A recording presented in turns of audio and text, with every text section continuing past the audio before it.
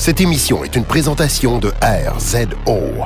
Pour plus de podcasts et web télé, rendez-vous sur rzoweb.com.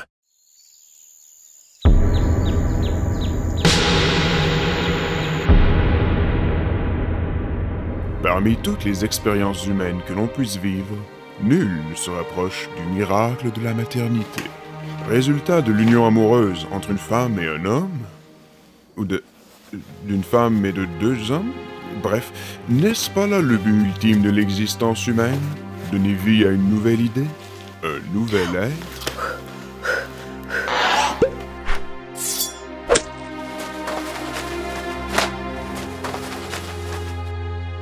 Ah, la magie de donner la vie. C'est ainsi que je...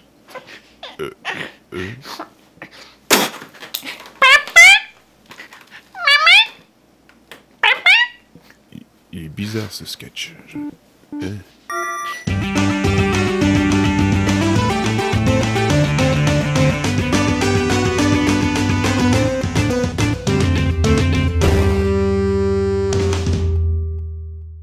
Quand tu y penses, ça fait longtemps que personne n'a rien inventé de nouveau. Tu pourrais définir une nouvelle idée comme étant un mélange inusité de deux idées déjà existantes. En partant de ce principe-là, ça devient intéressant de découvrir quels vieux titres ont mené à nos jeux préférés. C'est un peu une des raisons qui rend la collection de jeux rétro si intéressante. S'il y a une compagnie qui a beaucoup expérimenté avec le mélange des genres, c'est bien Konami. Durant la deuxième moitié des années 80, la compagnie japonaise a conçu plusieurs titres qui offraient des niveaux avec des mécaniques de jeu complètement différentes les unes des autres.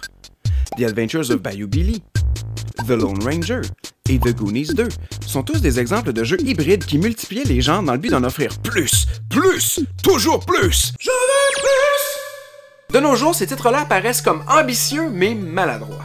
C'est des jeux imparfaits, mais ils s'en dégagent un charme clairement rétro et, je sais pas pour toi, mais je jouerais peut-être à un jeu de plus comme ça. Heureusement, il existe un jeu méconnu sorti à la même époque. Il mélange des éléments d'action, d'exploration, de RPG, une vue de côté, une vue de haut, une vue à la troisième personne, un aspect historique, un aspect horreur, bref, c'est une bombe, un jeu culte qui mériterait d'être beaucoup mieux connu. T'es curieux? Allez, c'est l'heure, je joue le jeu.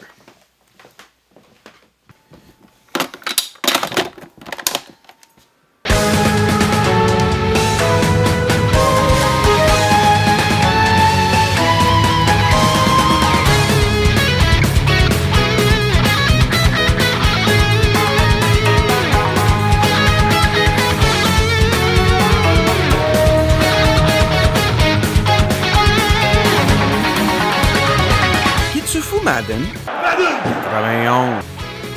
Ok. Ou si tu préfères, La légende du démon du vent de lune est un jeu sorti le 7 juillet 1987 au Japon pour la console Famicom de Nintendo. Il fut développé et publié par Konami en plein milieu de son âge d'or rétro, puisque la compagnie publiait la même année Metal Gear au MSX et Castlevania 2 au Famicom Disk System. La pochette holographique présente le héros Fuma avant et après son attaque d'un démon cornu. Dans chaque image, il te regarde intensément sans jamais te lâcher des yeux. Marcher dans la rue intense. Oh, mais quelle confiance! Vous êtes engagé! Passez le balai intense! Yeah. Mais quelle passion! Vous êtes promu! C'est intense! Yeah. Mais quelle détermination! Vous êtes maintenant le roi du monde!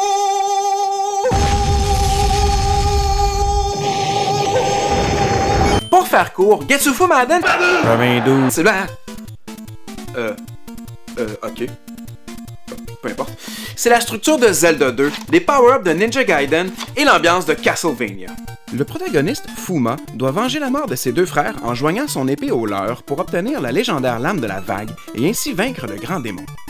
Pour ce faire, il devra explorer un large territoire vu de haut, s'acheter différents items, affronter des monstres dans de courts niveaux vus de côté et trouver des épées dans les donjons en vue à la troisième personne. Expliqué comme ça, Getsufu Madden... Ok. C'est comme une poutine.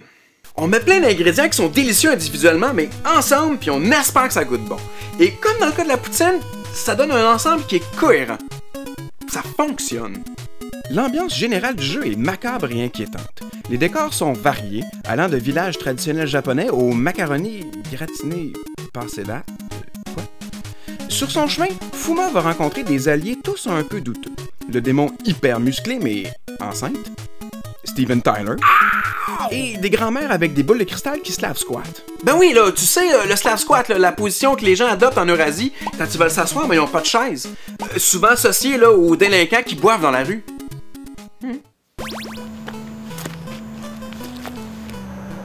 Jeune homme, laisse-nous lire ton avenir. Ah ben oui, c'est fin. Je vois que tu vas te faire caper un genou. Caper un quoi?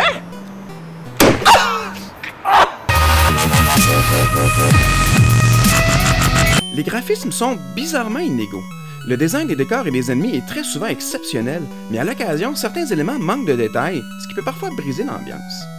Parlant des ennemis, ils sont tous tirés de la mythologie japonaise, ben, sauf peut-être le soleil. Soleil! Je vais te péter les dents! On y retrouve des grenouilles géantes, des pieuvres, des serpents avec des petits bras, ça, là. Bref, pour un occidental, le bestiaire fait ni queue ni tête. C'est comme... What? Les monstres que je combats sont sans queue ni tête! C'est nous les têtes, Fuma! Mais alors, où sont les queues? C'est nous les queues! Getsu Fumada! 2014. Ok, mais c'est qui arrête pas de mettre le joueur de football dans mon émission, là? C'est comme... C'est moi qui fais le montage, je sais pas. En tout cas. C'est un jeu difficile, mais qui donne tous les moyens de réussir malgré tout. La seconde moitié du jeu peut devenir frénétique par moments, mais tes chances de survie sont grandement améliorées par certains items spéciaux que tu peux équiper. Par exemple, le talisman qui absorbe une partie des dommages reçus, ou la toupie qui donne une attaque aérienne tournoyante qui n'est pas sans rappeler Ninja Gaiden. Les items qui redonnent la vie sont nombreux, les continues sont illimités avec la seule conséquence que tu perds la moitié de ton argent, chose qui n'est pas un problème plus tard dans le jeu, et ton progrès est conservé grâce à un système de mots de passe. De toute façon, mourir, surtout en tombant dans un trou, c'est toujours divertissant. En plus, plus tu te sers de ton épée, plus à cause du dommage, ce qui rend la fin du jeu grandement plus facile. Les origines de Getsu Fumada ne se retracent pas uniquement dans l'histoire du jeu vidéo, mais dans l'histoire du Japon en tant que tel. En effet, le protagoniste Fuma est en fait basé sur une figure historique nippone, Fuma Kotaru. Durant la période Sengoku, il était le 5e leader du clan des ninjas Fuma, et on raconte qu'il est celui qui aurait réussi à piéger et tuer son célèbre adversaire, le ninja Hattori Hanzo, en 1596. Fuma Kotaru sera éventuellement capturé et exécuté par décapitation 7 ans plus tard, en 1603.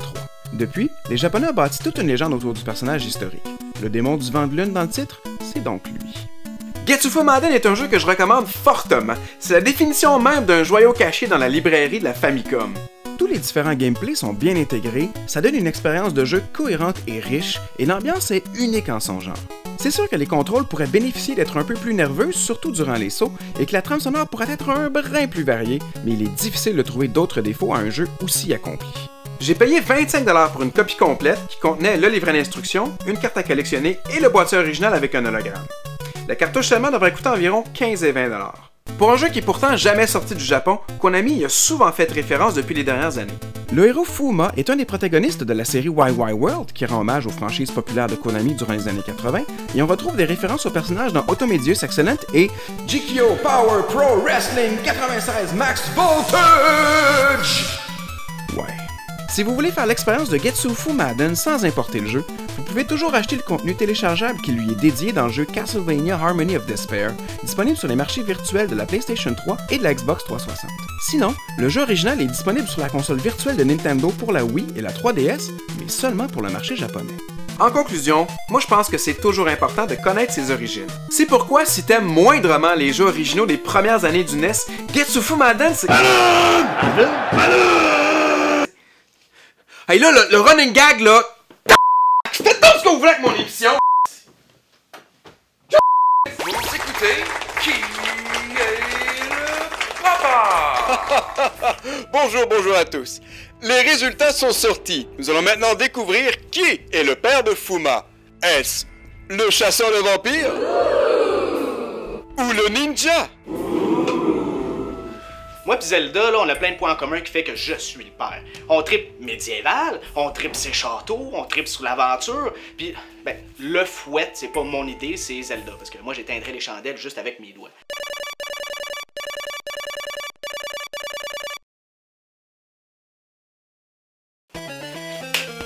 J'arrive.